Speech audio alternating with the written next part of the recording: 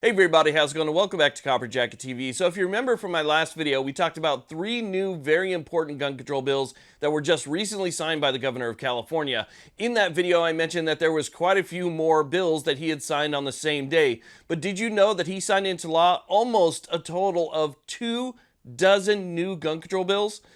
Those were all signed on the same day. Here is a list of all of the new gun control that was just signed into law in the state of California. Well, we're going to go ahead and take a look at just a few more of these that I think are going to impact you and that you need to know about. Because again, these are very important, in my opinion, completely unconstitutional. But you know, in California, they like to enforce these things. So it's best to at least know what's going on. It is really difficult to keep up in that state. So let's talk about 3 important ones.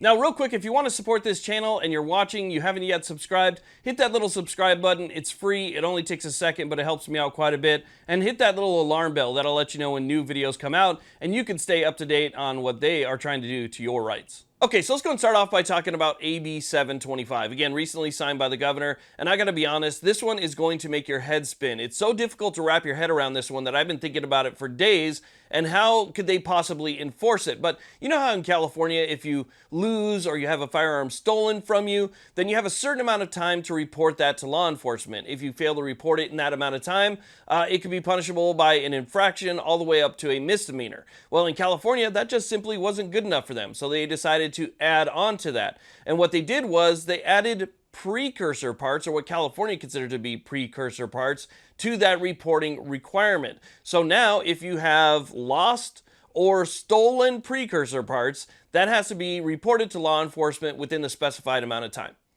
Now, obviously, I had a lot of questions about that, like, well, how would they know who owned it? How would they know how long it was gone? I mean, how do they plan on enforcing this? I have no idea. But they want some way to hold people accountable for losing things like maybe just like a trigger pack, right? Somehow that gets traced back to the original owner. It's up to a misdemeanor if not reported in a specific amount of time. Even though it doesn't seem enforceable to me, it was still worthy of all of that legislative time going up to the governor's desk. He looked at it, liked it, and decided to sign it. So again, lost or stolen precursor parts now added to the reporting requirements.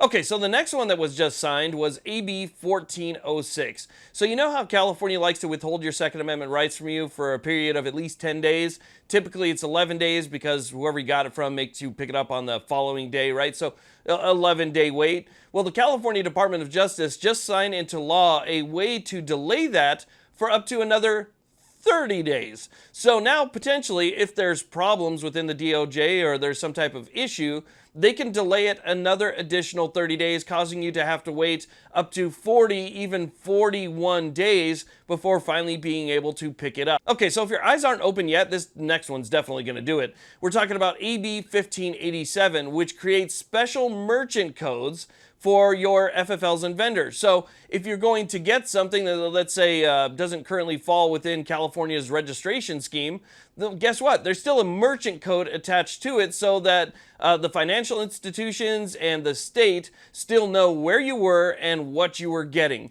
It is another way for them to be able to track your purchases. So again, 1587 is going to create those merchant codes that nobody wants to see.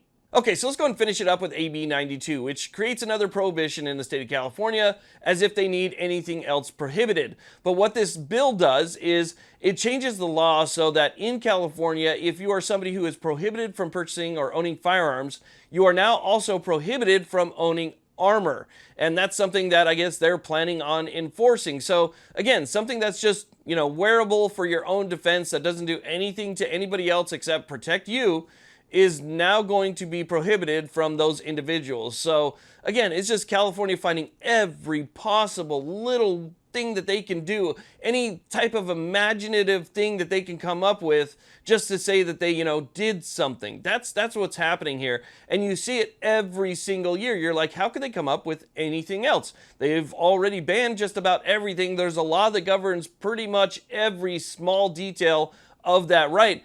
And yet, every year, they seem to come up with something new, just like they will again next year. But 23, I believe it was, new gun control laws just signed by the governor there. And it just kind of shows you their imagination can run pretty deep. But I wanted to share some more of those with you so that you guys are aware of what's going on in that state. And, we'll follow any lawsuits, obviously, that are filed against any of these. I'm sure there's going to be plenty. But this is, why we need to support our local groups, This is why we need to support those groups that take these things to court, because they just keep on coming. So I wanted to share that with you. I want to thank you all very much for watching. I really do appreciate it. Please like, subscribe. You guys have a great day.